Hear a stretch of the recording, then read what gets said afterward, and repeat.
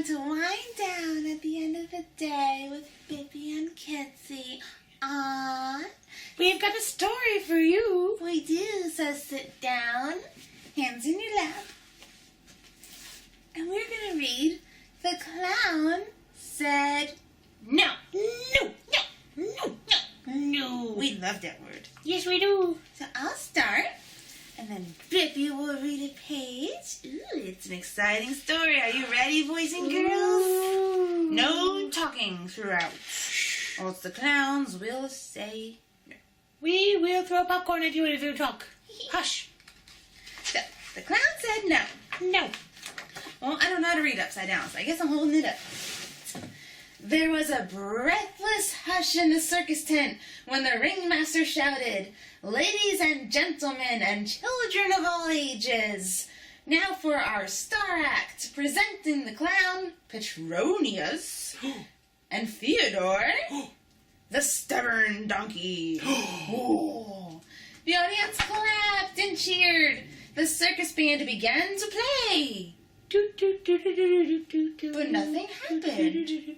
What? The clown didn't move, and neither did the donkey. The band played and played, and then at last they stopped. Bippy, my dear? Jump to it, Petronius! Get a move on! Cried the ringmaster, cracking his whip impatiently. But still, neither the clown nor the donkey moved. Jump to it, Petronius! Shouted the ringmaster, even louder than before. There was silence, and then the clown said no. No? Theodore the donkey flicked his ears from left to right. He was saying no too. The audience laughed and clapped. They thought it was a very funny act. The ringmaster didn't think it was very funny at all. And he cracked his whip again. Dun, dun, dun. "I'm tired of laughing and crying and playing the fool," said Petronius, calmly. "Oops. What do you want to do then?" asked the ringmaster.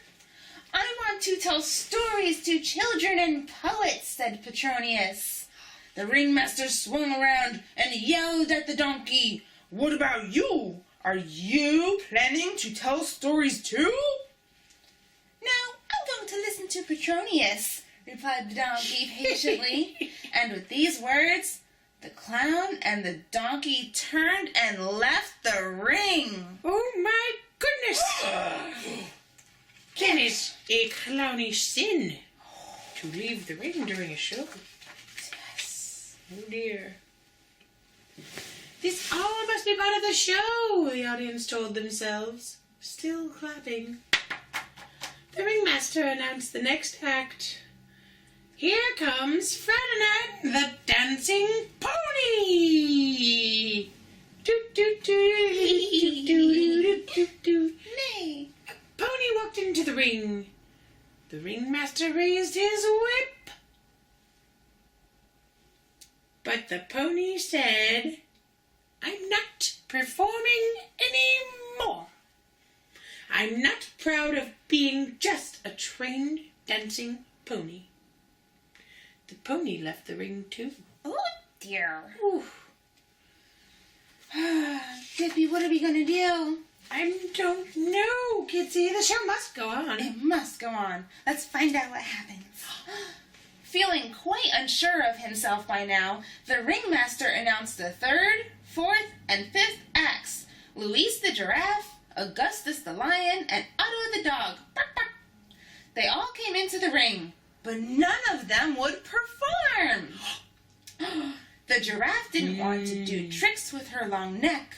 The lion wanted to go back to Africa.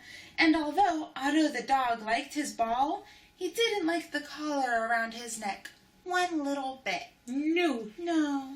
The ringmaster clutched his head and cried in despair. "They've all gone on strike. This is rebellion." Oh. Now the audience began to whistle and jeer, and complaining, walked out of the circus. It's a horror story. What a terrible time. It's a scary book. Meanwhile, the 6 circus rebels were packing up their belongings and leaving. By the time the last of the audience came out of the big top, grumbling, the 6 had disappeared. Oh. Oh dear. Oh boy. They stopped in a wood to rest. We're free at last, said Petronius. We'll have a lovely life now, said Theodore the donkey, dreamily. It'll be tough, too, said Ferdinand the pony, not so dreamily. Great artists always have a hard time, said Louis the giraffe. But it's easier without a chain around your neck, said Otto the dog. Bark, bark. Petronius stood up, took the dog's chain off, and said, I know exactly what you mean, Otto. Maybe we'll get to Africa sometime, said Augustus the lion. Sorry, I almost said giraffe.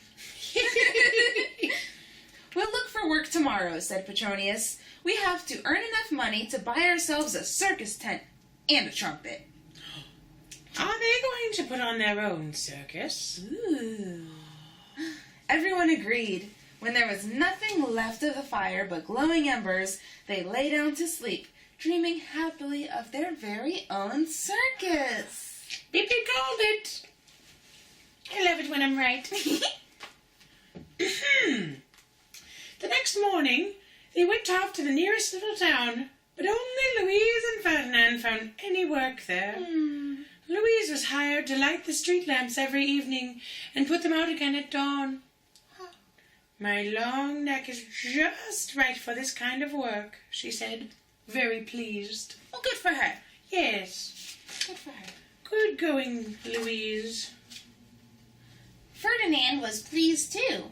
He had taken a job pulling the milk cart to the dairy every morning and every evening. But one day, when the local band happened to pass by playing a waltz on their trumpets, Ferdinand began to dance. Oh! Woo! The cart tipped sideways, and the milk spilled all over the town square. Oh, dear. Ferdinand lost his job, and he was angry with himself for being a performing pony who couldn't forget the tricks he'd learned. Ooh. Do you want me to do this and then you do a full page? Let me see. Because, I can do the next two. okay, you do the next two. Ferdinand and Louise hadn't had enough money for both a circus tent and a trumpet. Never mind, said Petronius. We really don't need a tent. It would be so much nicer to hold our circus out in the fresh air. And the others readily agreed.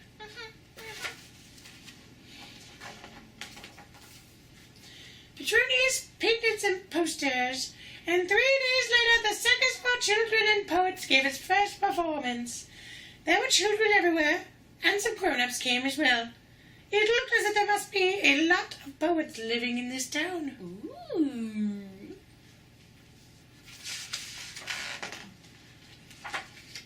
Otto played with his striped ball just the way he did in the old circus, only without a collar around his neck this time. Petronius blew his trumpet and told stories. Theodore listened happily.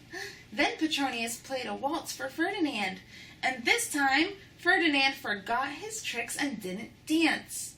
He went to sleep instead. He had always longed to be allowed to sleep right through a waltz. The children loved the show. They clapped and laughed happily, and so did the grown-ups. Oh, how lovely! Yay! They had never seen a circus like this before. Everyone thought it was wonderful. The ending is Bippy's. When the show was over, many of the children came up to congratulate the performers. One boy went over to Petronius. You're a very good clown, he said. Here's my balloon. It's a present for you. Aww. The children and grown-ups went away feeling cheerful And Petronius and Louise, Otto and Theodore and Ferdinand and Augustus were very, very happy indeed. The end. What a lovely story. Good night, boys and girls.